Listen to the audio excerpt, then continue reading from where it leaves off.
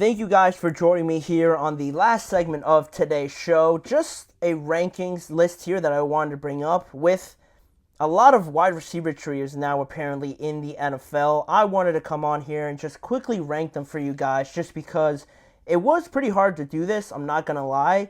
Not only to get it down to 5, but also to just consider a lot of the honorable mentions that I did want to mention on here before I get into the top 5. And I'm not when I made the list, I'm not considering, having two great wide receivers like the Rams have with Puka and Cooper Kupp. But again, no disrespect to Tutu Atwell or Demarcus Robinson. I'm not going to consider them a trio just because they have two really good ones. And also, again, no disrespect to those guys, but just it's not the same as some of these other guys I have on my list. Same thing for the Bengals. T. Higgins, Jamar Chase. Their third one, it could be Iosivas, but not the same category, I believe, in that department. And so I didn't want to include them in this list before any of you guys see this and think, I've lost my mind by not including them. That's sort of the criteria that I wanted to meet on making this rankings. But before we get into the top 5, those honorable mentions that I did want to mention were the 49ers with Ayuk, Debo, and Juwan Jennings. You might think, what are you talking about? That's almost the same thing that you said you weren't going to do. But Juwan Jennings, you look at that performance he had in the Super Bowl and throwing a touchdown pass, having a couple touchdown receptions. I think he's earned that spot now to be in a little bit higher of a category than those other guys that I mentioned. And I am just mentioning them for right now, knowing that Ayuk could move on. But for right now, I threw them in there at least as an honorable mention. And the same goes for the Seattle Seahawks with DK Metcalf, Tyler Lockett, and Jackson Smith and Jigba. Very underrated one. And they are responsible for a lot of the success that the Seattle Seahawks have. I'm really a big fan of Jackson Smith and Jigba. I think he could really blossom into that second best wide receiver on that team if you don't already consider him that already. With Tyler Lockett still there, a veteran presence, still a capable wide receiver, but those two teams I wanted to make sure I shine a little bit of light on before I get into the top 5. And starting off with the 5th team, the Super Bowl winning team, the Kansas City Chiefs, are the 5th best NFL trio on my rankings. I went with the Chiefs just because I like their ceiling with these guys. Not the biggest names, at least yet. You look at Marquise Brown, you don't really think of him too much in his time with the Cardinals, just in terms of success and everything like that. But you look at his time spent with the Ravens, yeah, he might have been a little bit young, but now really in the prime age era of his career, being on the Chiefs right now, I think he's going to do great things for them, considering the situation that the Chiefs had last year with their wide receivers. And then you look at Rashee Rice, a guy that made a name for himself, standing out in that very bland wide receiver room. I think now heading into year 2, he's going to have a bigger role as well. And a guy that I'm really excited about is Xavier Worthy.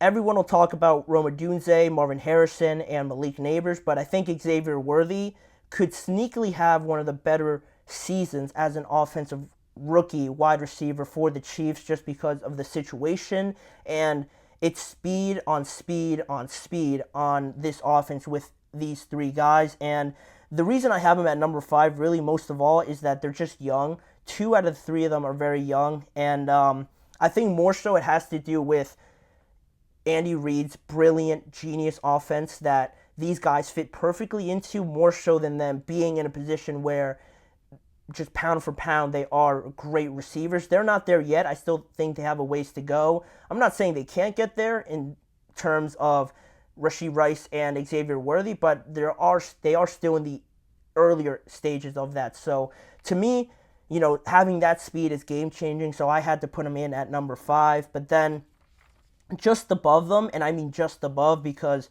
the differences that I had between all 5 of these teams was pretty close. But the next team I wanted to put above them is the Tennessee Titans. You look at DeAndre Hopkins. They were able to sign Calvin Ridley and also sign Tyler Boyd, and now forming where the Chiefs were a very young team. This is one of the older more experienced, more seasoned wide receiver trios in the NFL, but still, nonetheless, any less talented or any less capable than a lot of these. The differences that I tried to find in these rankings were pretty small, but you look at DeAndre Hopkins and Calvin Ridley, I still think are two capable wide receiver ones. And then you look at Tyler Boyd, maybe never or maybe not right now considered a wide receiver one, but he is still capable, only 29 years old, being in an offense that he is very comfortable with Brian Callahan, to still put up 600 to 700 yards, I believe, in terms of offense and how much he's able to contribute to that team, which is great if Calvin Ridley, and it's a big if Calvin Ridley and DeAndre Hopkins don't drop off for any sort of reason. If they can still produce 1,000 yard seasons, just at least 1,000 yards, I'll take 900 or anything like that. But if one of those guys drops to 800, high 700s, I think then it becomes a little bit of a problem. But as long as they are putting up 1,000 yards, getting their target shares and helping out Will Levis a lot, I think this team will be very competitive in major part to all three of these guys being on the same offense, in an offense that also is a lot more open, a lot more modern, that I believe all three of them can really excel in 2024. So that's where I have them, just above the Kansas City Chiefs for that experience, and also getting a little bit older. It doesn't seem like health is any bit of a problem for them at all. So, that's a great thing for the Tennessee Titans as well.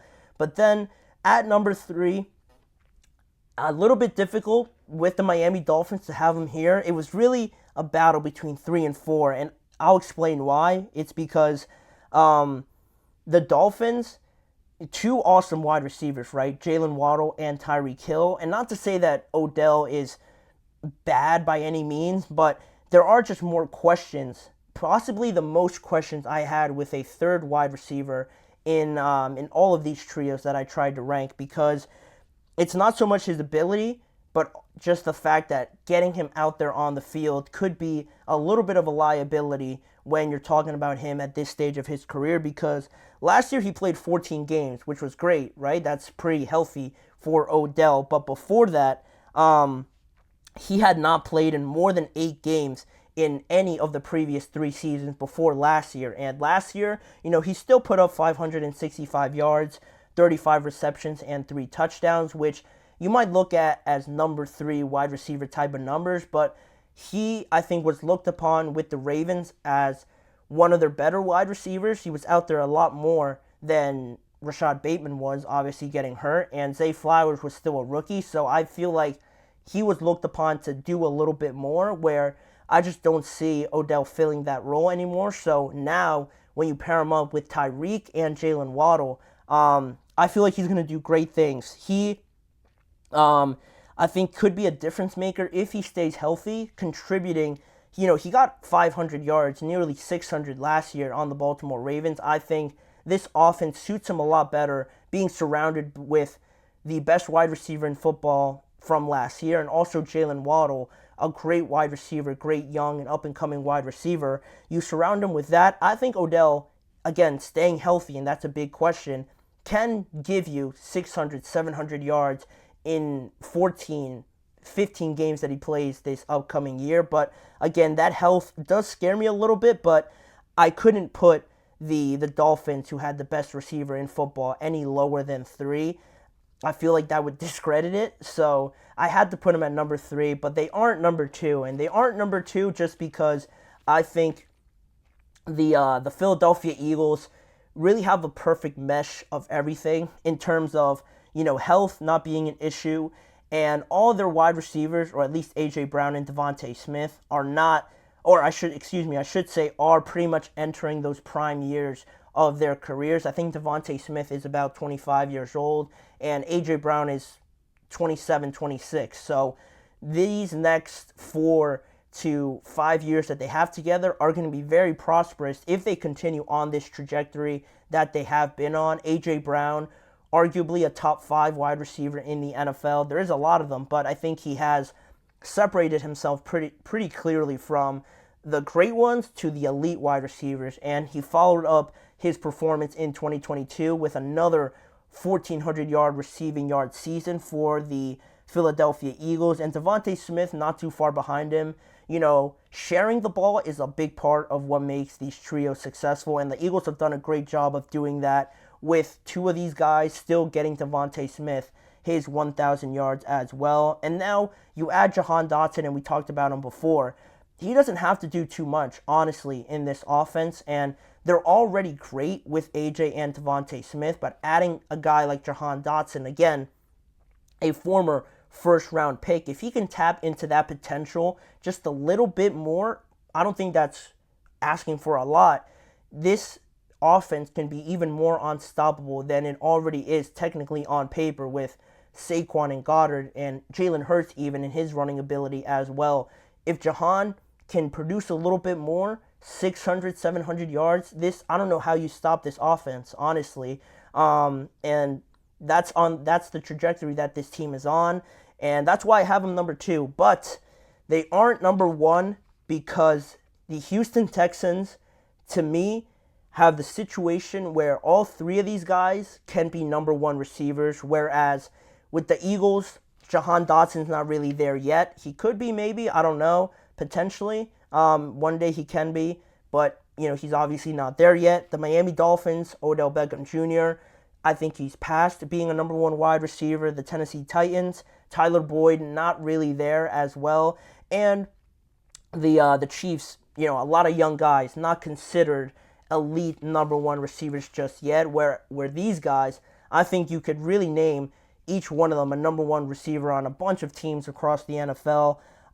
Because you look at, obviously, Stephon Diggs coming over. He has the resume. He's the most accomplished out of the other 2. But Nico really broke out last year, going for over 1,200 yards and, stepping up into that lead receiver role when Tank Dell really went down. A big reason why C.J. Stroud had a lot of success. And, you add his breakout year, now heading into year 4, to Tank Dell. We didn't really get to see too much of him. I would have loved to have seen him in the playoffs or anything like that, but you look at the games he was able to play.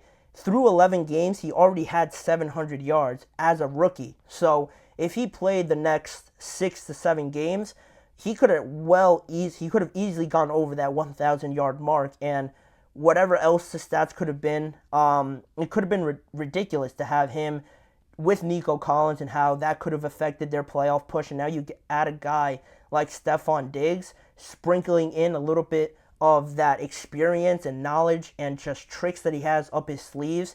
It's going to work wonders for Nico and Tank. So to have all 3 of them together on this offense, it's going to be scary. And the only thing you do worry about is how you're going to get the ball to each one of these guys on top of Joe Mixon and Dalton Schultz. But the volume share, that could be used for all these teams, right? How is Tyreek, Jalen, and Odell going to split them? How are Tyler, Calvin, and DeAndre going to split them?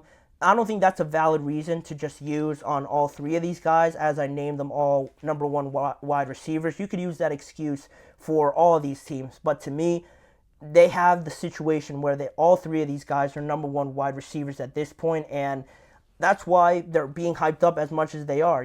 Not performing to the level that they got to at least last year is going to be looked at as a major failure. And I don't think a lot of people are putting them in the conference championship yet, but I don't think anyone's going to be surprised if they get there with this talent that they have, especially on the offensive side of the ball, but even more so at the wide receiver position. So those are my rankings. When you guys check this video out, let me know what you guys feel and think about how I ranked all of these trios.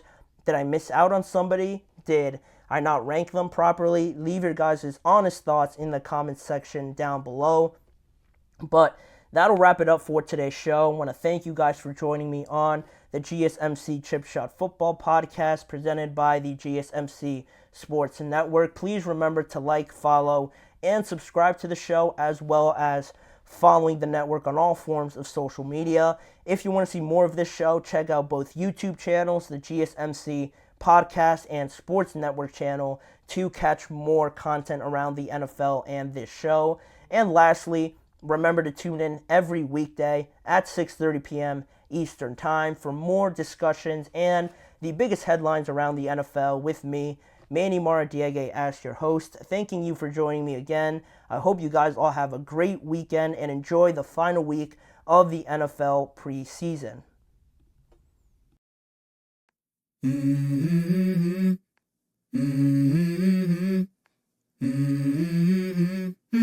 Let's go. I wake up to a little bit of drool on my pillow, feel like it's gonna be a bad day. Yeah, I'm tired of shit, and the coffee ain't hit yet, damn, ain't that great. I don't wanna go to